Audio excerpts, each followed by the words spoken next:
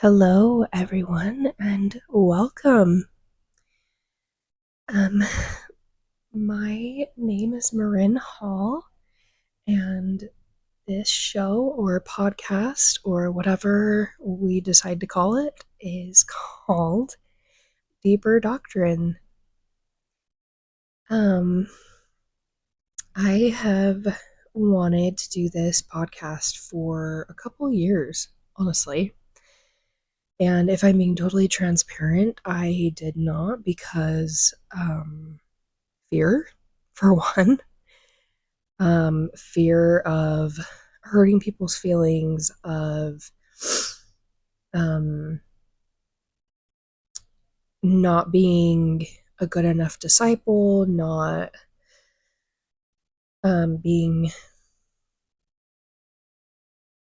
what's the word I'm looking for? Not being not being worthy of talking about this stuff. I'm not the most obedient disciple. But really, none of us are. But I think that was honestly Satan's way of a couple years pushing me further away from doing this because of fear. Um, so I, I'm just going to explain this really quick because it's pretty cool. A couple weeks ago, I was scrolling through TikTok and I came upon this video that was talking about like spiritual gifts and super hard temptations that we get that like or sins that we're tempted to do all the time, and like what that means for the spiritual gifts that we were given. And I honestly, I don't know if I like fully believe it, but I will say this guy was talking about yeah, like I said, all these like spiritual gifts, and he brought up oh my gosh, I can't even remember. I'll probably have to go watch the video again, but he said that like if you're wanting to do, or if you're tempted to do all these different things, it's because you have all these different spiritual gifts. And there was one in particular that jumped out at me, and it was basically talking about like sharing the gospel. Oh, I think it was swearing. I'm going to be honest with you guys. I'm a twin mom. If you know me outside of this, I am a twin mom. And my twins are going to be 15 months this Saturday. That's crazy. March 7th, they're going to be 15 months. And since becoming a mom, my swearing has gotten so bad, you guys. So bad. So I felt a little called out, honestly. I was like, dang. And he was saying like if you swear a lot or like use words in anger or whatever it is, then that's Satan's way of getting you to use your voice for what it's not supposed to be for, which is to spread the gospel and share the gospel. And you're supposed to be able to teach and like speak with the spirit. And honestly, you guys, the kick in the butt that was watching that video and listening to that, I was like, okay. And I felt God telling me, okay, you've put this off long enough. I have been telling you and like um giving not like signs, but like basically telling you for a couple years that you need to do this. So stop putting it off, stop being anxious about it, stop being scared, and just do it. So that was a couple weeks ago.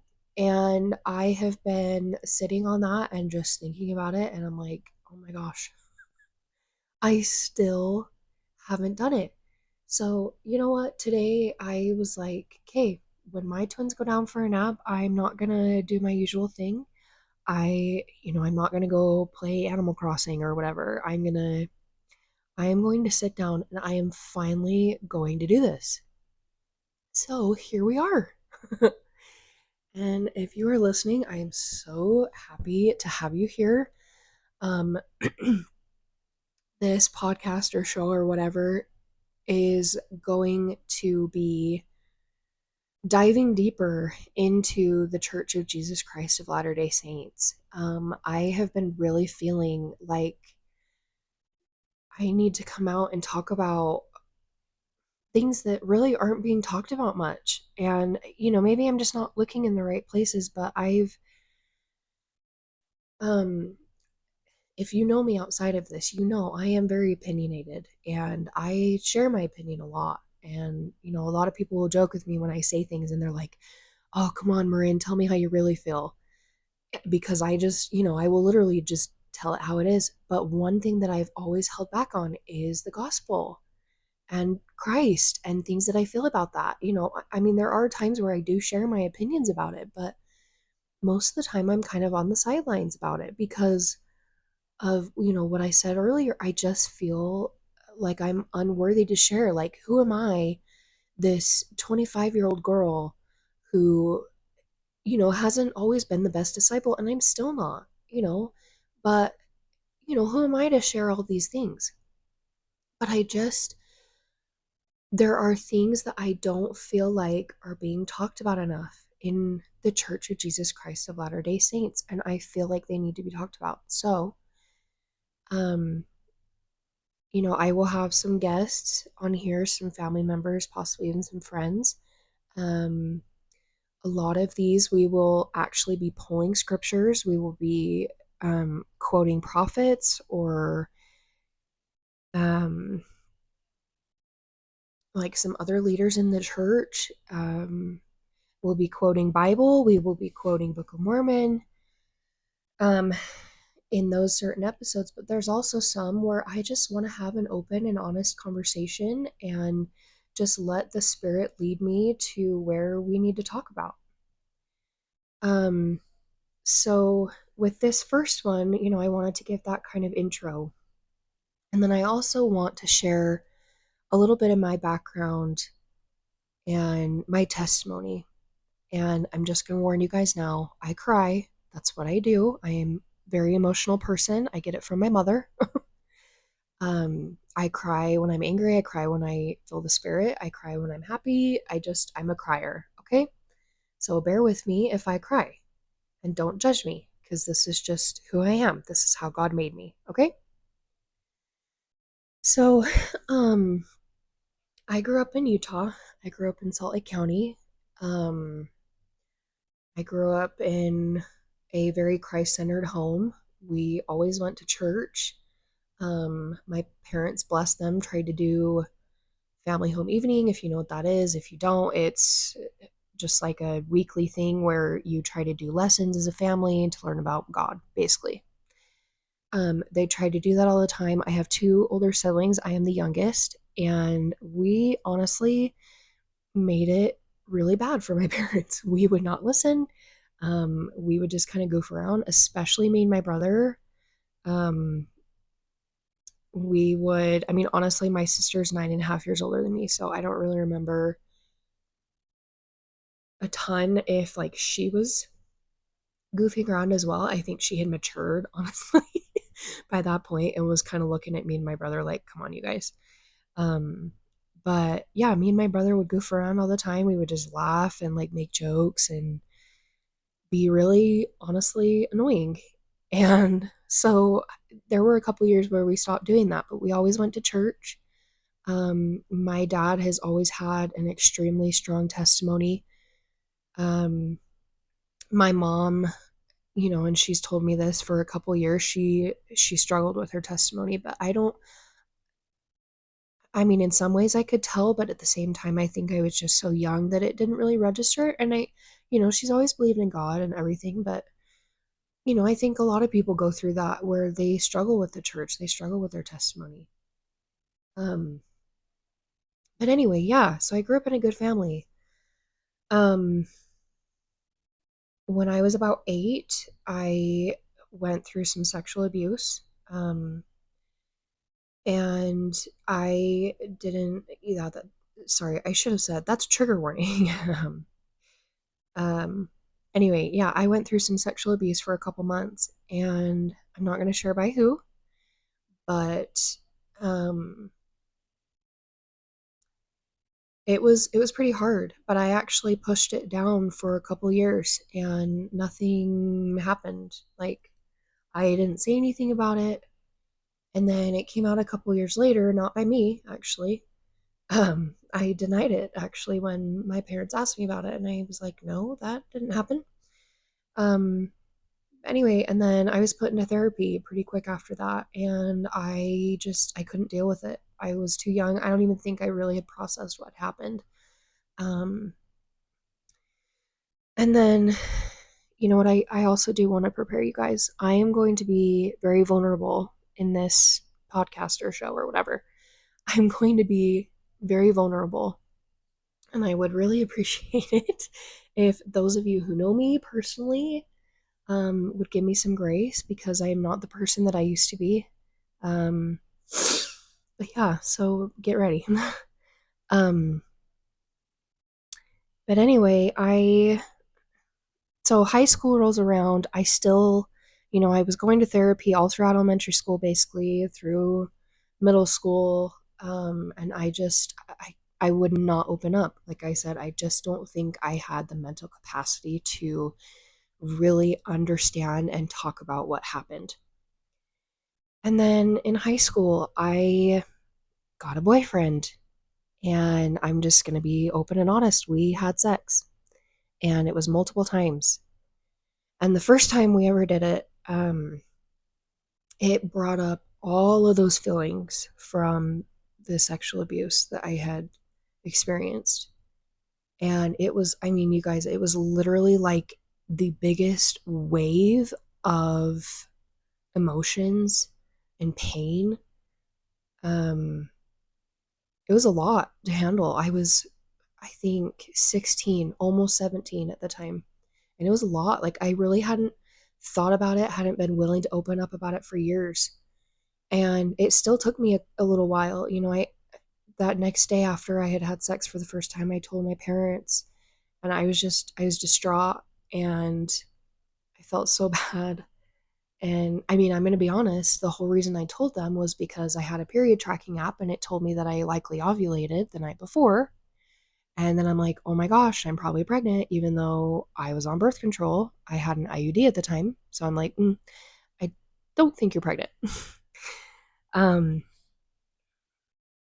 anyway, so my parents were really good about it. I mean, obviously, they were disappointed. In the church, we believe that sex needs to be saved for marriage, or anything of the sort needs to be saved for marriage. So they were disappointed.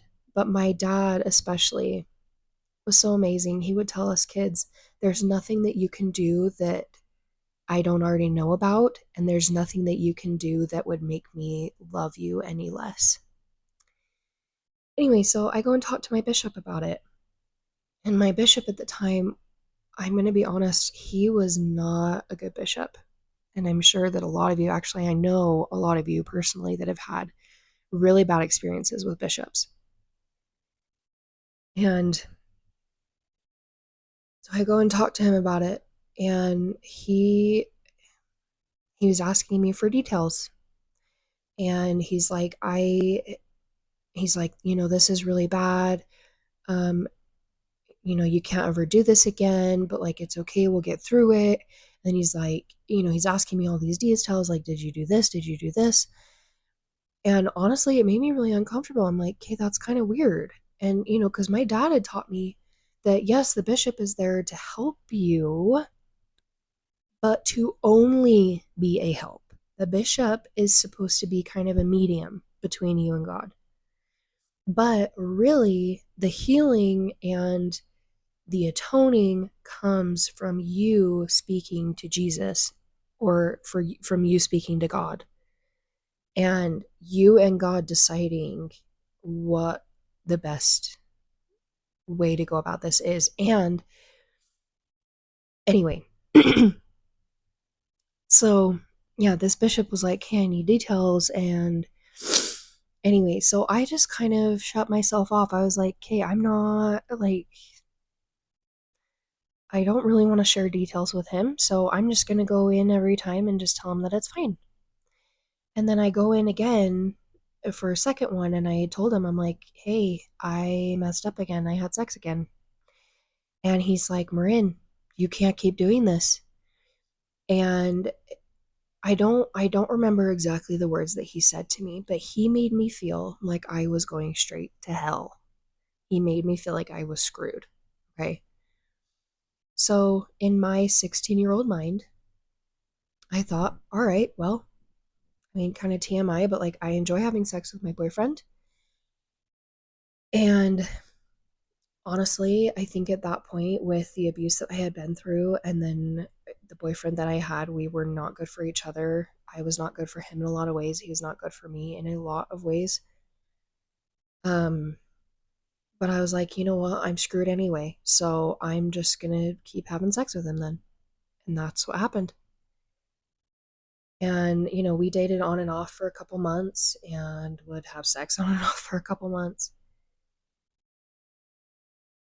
And um, I actually got pretty inactive. My family and I moved to Utah County right after I graduated. So, like, summer of 2019, we moved to Utah County. And I cut that boyfriend off. I was like, hey, I don't, I mean, like I said, we have been on and off for months. We actually even talked about getting married after high school. Like, things were kind of serious, kind of not with this boyfriend. But I was like, you know what? I'm moving to a new city. I want to have a fresh start. There's going to be new boys that I can meet out there. Um, so I want a fresh start. I want a clean start. But I was not going to church at the time. I was pretty inactive, like I said. I never necessarily got into anti. I just, honestly, none of that really interested me. Um, but I was honestly extremely angry with Heavenly Father because I had been through sexual abuse. And if any of you have been through sexual abuse, you know that, or I mean, I don't want to say this is everyone's experience, but this was definitely mine. I felt like sex was all I was good for. And I felt like if I wasn't having sex with someone or someone wasn't using me for sexual pleasure, then I wasn't worth anything. And my boyfriend back in high school had a very, very, very, very severe porn addiction. Very, very severe.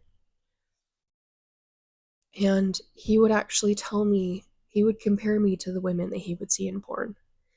And so that made me feel even more worthless. And then I was like, hey, well, I need to be more accommodating. I need to have sex with him even more so that he'll want to stay with me. And, like he's not thinking that I'm good, or he's not thinking that I'm pretty enough. And like, I mean, he would even compare me to girls in my high school. Like, there was one in specific I remember that he was like, oh, she's just so pretty. And I'm like, well, like, do you think she's prettier than me? And then he was like, well, honestly, yeah. And then like he starts naming off all these physical things that he thought were better on her than me. Anyway, so I was not in a good place. Okay. I was very angry. I was like, okay, God, you've already let someone in my life sexually abuse me. Then, I got with this boyfriend who I thought I was in love with, blah, blah, blah, 16-year-old love. I thought I was in love with him. And things end up badly with him. Then I go to see this bishop who's supposed to be a godly man who is supposed to help me through all of this hardship, through this sin that I've done. And he's supposed to, help me through it, whatever. And then he just makes me feel like crap, makes me feel even worse. And like, I'm just screwed. So what's the point? Why am I going to try? So I, um, honestly, I dated around. I did not have sex again until I got married. But I dated around. I would go and make out with a bunch of guys. Um, and I just wanted to forget everything that happened in my past, honestly. And um anyway, so we're in Utah County. my brother is 6.5 years older than me, guys. Okay, I'm the youngest by a lot. And my brother finds the single word in our boundaries and he starts to go. And he'd been going, I think, for a couple months before like saying anything to me. And um he finally, I can't even remember what it was. He was finally like, Marin, please just come with me to one sacrament meeting. Just come with me.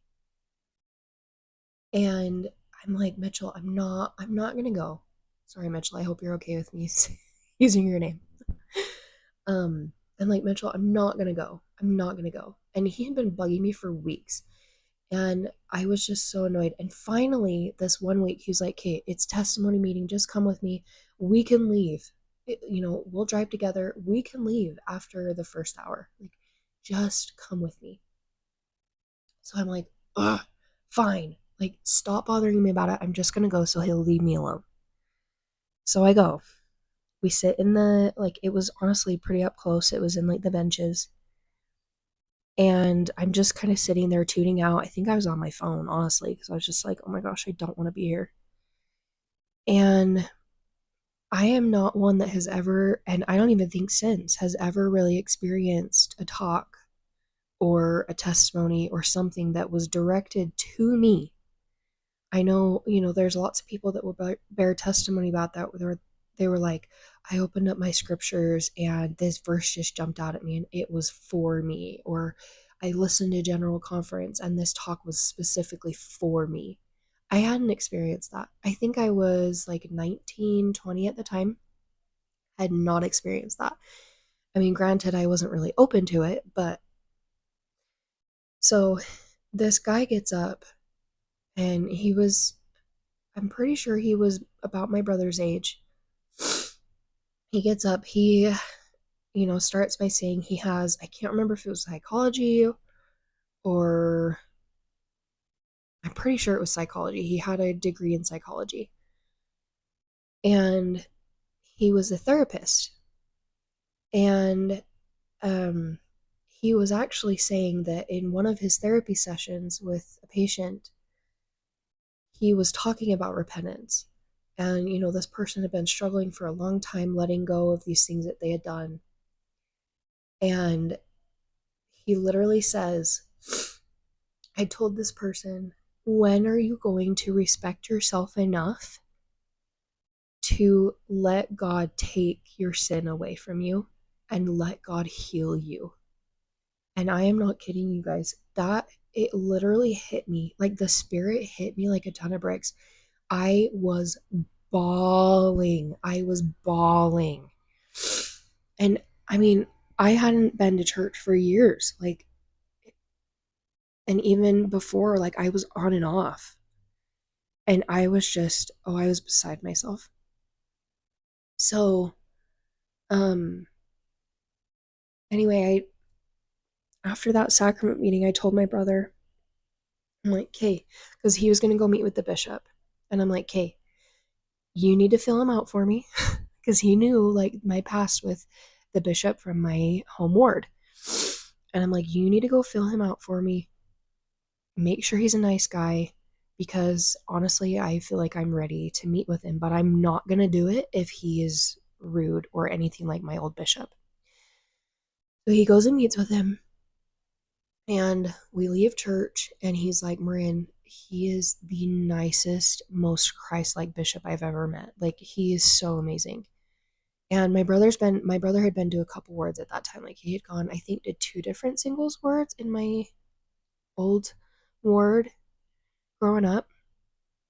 But he's like, you have to go meet with him. So I make an appointment with him. I can't even remember what day it was. It might have been a Sunday, honestly. But I'm just going to say my heart was still hardened. I was still very angry about the last bishop. So I go in there and he brings me in and we sit down and, he's like, so what's your name? And like, I introduce myself and whatever. And then he goes, So what are you wanting to talk about today? And I I kind of went in the bishop's office with my guard up, with a wall up. Um and honestly thinking that, well, he was just going to view me as like I'm screwed anyway because I had sex before marriage, and honestly that's a pretty big sin. And like I'm screwed. So he's going to basically think I'm as horrible as my last bishop did and make me feel like crap. So, granted, I mean, it had been probably a year and a half to 2 years since I had sex. And so I just decided, I'm like, hey, I'm just going to lay it all out there. And I'm just going to tell him everything that's happened to me, everything that I've done, and we're just going to lay it on out. So that's what I did. I lay it on out. I'm crying. I'm scared that he's going to judge me. But at the same time, I'm like, I don't even care anymore because I basically am already screwed. And he looks at me after I've said all of this. I'm just sitting there crying. It's in silence. And he looks at me and he's like, Marin, I love you so much. I've just met you, but I love you so much. And Jesus loves you so much. And he's like, you know what? You have been through the repentance process already. He's like, you may not have been going to church all this time and you may not have felt that close to God, but he's like, you changed. You are not the same person. You've stopped doing this sin and you've changed the fact that you were doing this sin. And he's like, God forgives you. It's gone. He doesn't remember it. It's gone. You are forgiven. And the weight, you guys, the weight that was lifted off of me when he said that was insane. And I honestly felt for the first time in a long time that Christ loved me and that he knew me and was aware of everything that I've been through and everything that I've done, but he loved me just the same. And he really did forgive me, and I felt it. I could feel it. And so that bishop was like, I want you to take the sacrament. I want you to continue to take the sacrament. And he's like, now I want you to find God again. I want you to get a good relationship with him again, and I want you to get ready to go through the temple. And so that's what I did. I worked pretty hard. I still wasn't the greatest. Um my my relationship with God has always been kind of up and down. Um but I worked really hard, and I then I started to, which I actually wanted to find my husband in high school. Like I was really hoping that my boyfriend back then was going to be my husband. But then I really started to try to look for him. And um I wanted to meet my husband so bad. Like the only way I can describe it was that it felt like there was a hole in my heart where my husband needed to be. And if any of you know my husband, he is the most amazing man in the whole world. I love him so much. Um, but I was trying to force finding my husband, and I wasn't trying to do it alone. Or I was trying to do it alone. um, and there were a couple guys that I was like, oh, maybe this could be it. Maybe this could be it. Um, I really don't think I met Carter, my husband, until God put him in my life. And I'm going to tell that story super fast. Um, my husband lived in St. George when we met. I was down in a place called Tropic, Utah. It's down kind of by Bryce Canyon. It is this super small town. They don't have any reception unless you're in a house that has Wi-Fi. Like, it is the tiniest little town. I think there's like 700 people. Not 6, 7, okay. 6 to 700 people in that town. Like, it's tiny. And I had mutual at the time. And if you guys have mutual or have had mutual, you know that you can send notes if you want to be seen by that person instead of just waiting for them to match with you. So I wasn't even on the app. I was on a vacation with my family. We were watching TV. I think I was playing a game on my phone or scrolling Instagram or something. And I see this notification pop up and it said, Carter sent you a message, or you got a new message from Carter, something like that. And so I'm like, oh, sweet. Like, someone messaged me, like thinking it was someone I had already matched with. So I go onto the app, I open it up, and again, if you guys know, when you're on mutual, if you get a note from someone, it will actually, like, that's the first thing that will pop up. It won't even let you like swipe on anybody. That's the first thing that will pop up. So it popped up.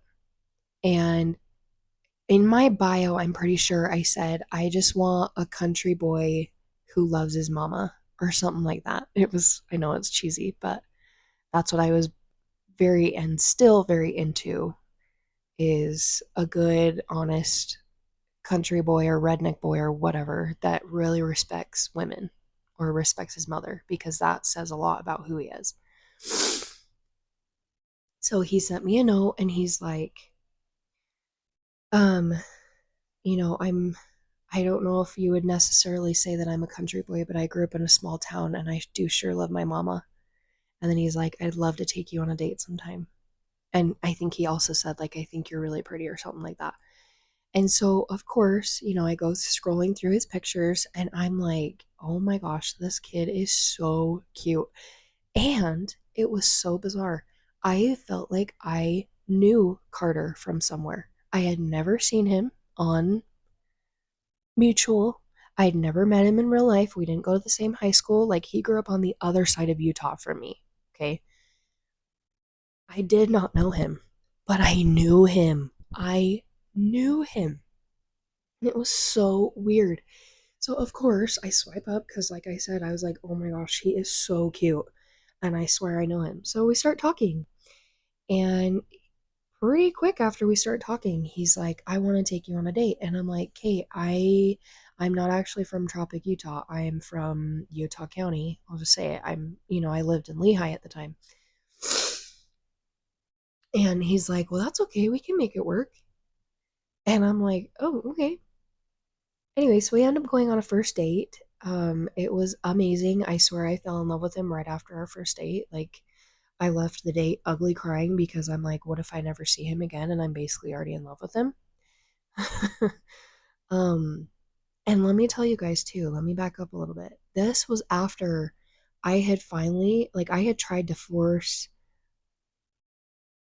myself finding a husband. I like basically tried to force myself falling in love with a bunch of these guys that I thought were it because I wanted a husband so bad. And then I'm like, you know what? I'm done. And I literally told God one night, I was like, I cannot do this without you. I know for a fact now that I will not be able to find a good man without you to help me. And I'm like, I'm giving up. Like, I'm gonna keep these apps. Like, I'm gonna keep talking to these people. I'm gonna keep trying to find him, but I am no longer going to force it. And I'm like, I will just, I will know he's the one when you basically put him in my lap. Like, you put him in front of me, and I will know that he is the one. And that's literally what happened with Carter. Literally what happened with Carter. Anyway, so we go on this date. Like I said, I'm basically in love with him. We talked for a couple weeks, and he had just gotten out of a relationship like 3 months prior. He was with her for like 3 months. She broke up with him because my husband did not serve a quote unquote full time mission. He was out on this mission for 8 months, got sent home because of COVID. He served in Brazil. They closed the border, and then they're like, oh, you got to go home because the border is closing because of COVID. So and they're like, you can wait a year and a half to go back out, or you can just stay home. And he's like, yeah, I'm just going to stay home and do my life. If it opens back up, then maybe I'll go. But he had started working. And anyway, but she was like, yeah, I'm done with you. So, um, after about 2 weeks of after our first date, I think it was 2 weeks after our first date, I asked Carter if he would be my boyfriend. And yes, I know that's backwards. I did not care because I'm like, you know what? I am in love with this man. And it was so funny because he goes, okay, we can do that, but we have to take it slow. And then he's like, remember, I just got out of a relationship. Like, I want to take things slow. And he had even told me, he's like, I really want to be dating my future wife for like a year before we get married, or even like a year before we get engaged. Like, he's like, I really want to know the person that I'm going to marry. I'm like, okay, yeah, that's fine. That's great. So we start dating. And then he comes and meets my family in Fish Lake. I was at a family reunion. He comes and meets my family. And then he was going to Colorado for a backpacking trip with his cousins. And on his way home, he called me on his drive home. And I'm like, you know what? I need to tell you something. And he's like, what? What's up? And I'm like, I'm in love with you. And I think that was literally, I don't even think that was actually a week after we started dating, or maybe it was 2 weeks later. And I was like, I'm in love with you. And he's like, oh, excuse me. He's like, oh, okay. I feel like I'm getting there, but I can't say it to you yet. And I'm gonna be honest, I was kind of sad, but at the same time, I'm like, okay, well, that's not like a I'm gonna run away because you're psycho. Like, that's a plus. Like, we're getting there. There's still hope. Okay, hold on. Like, you'll be fine. And then, like, I think it was either the next day or like 2 days later, he actually told me he was falling in love with me too. Anyway, tomorrow, March 5th, is our 4 year anniversary. So that is awesome. He is the most amazing thing that has ever happened to me. I love him so much. He is the most amazing husband and father. And I really do feel like God put him in my life. And I feel like he just kind of dropped him in my lap. And he's like, hey, here's your husband. Here you go. You finally decided that you couldn't do this on your own. Like, you decided not to be stubborn and let me take over and give you your husband. And there you are. Anyway, so that is a little bit about my testimony. I mean, there's definitely a lot more details that I will probably be sharing in different episodes, or whatever you want to call them. Yeah, that's like the basics. I am so excited to do this. I'm really scared, honestly. Um, I honestly don't know how often I will be posting. Um, It all just depends. I am a stay-at-home mom. Like I said earlier, I have twins, almost 15-month-old twins. So it can be kind of hard for me to step away. Um, but I will be trying to make these videos about every 2 weeks right now. That might change. I will be posting these on Spotify and YouTube for right now. Um, But I am so excited for you guys to join me on this journey of talking about Christ and talking about the Church of Jesus Christ of Latter-day Saints, and just talking about our experiences as people in the church, and just our experiences with God and our walks with Jesus. And I can't wait for this adventure with all of you. All right, I will see you next time. Thanks.